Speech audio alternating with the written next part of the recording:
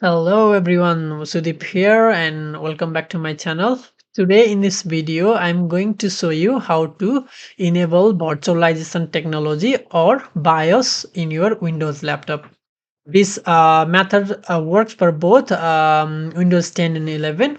And if you are watching this video, you should probably know why we need to enable virtualization technology because it lets our PC emulate different operating systems like Android or Linux. For example, if you are trying to run Linux or Windows 10 on VirtualBox in your laptop, then without enabling virtualization technology, you won't be able to do that.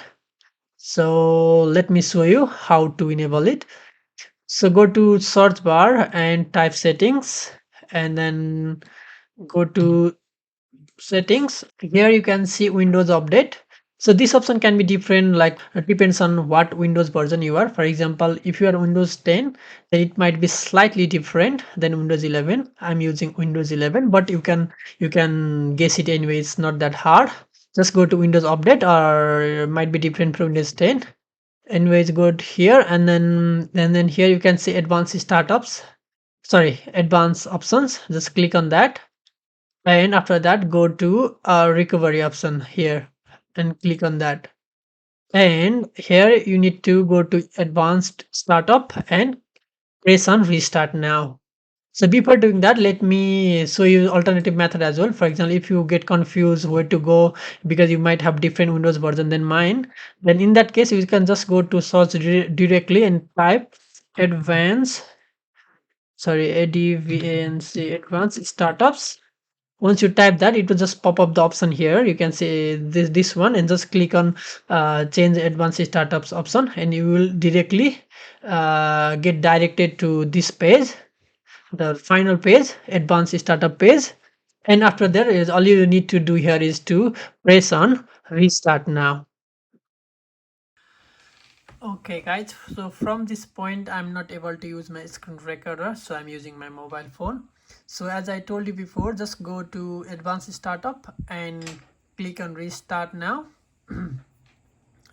So once your PC restart, it will take you to this page. On this page, just click on troubleshoot option, and on this page click on advanced options,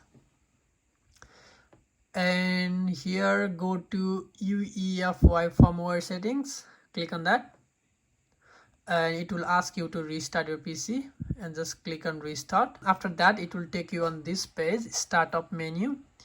Here you can use your arrow up, arrow down, and side arrow keys to navigate on this Windows, because your mouse and touchpad might not be working on this window. So here you can see different options. For example, you can see system information, system diagnostic, boot menu, and BIOS setup. So you can see BIOS setup there, and this is the one we need to enable. So as you can see on the left side of BIOS setup, you can see F10 there. That means if we press F10, it will take us in BIOS setup page. So just press F10 on your PC. So let me tell you again guys, it might be different as per the PC brand or Windows version. So anyways, you will figure out. Someone's PC might have like F9 for BIOS setup, someone might have 10. I'm not really sure, but you can check there and press whatever option is for BIOS setup. So on my one is F10, so I'm clicking on F10. Once you click on that, it will take you to the new menu. You can see on the very top, you can see main, security, configuration, boot options, exit, right? So you can use side arrow keys to navigate up there.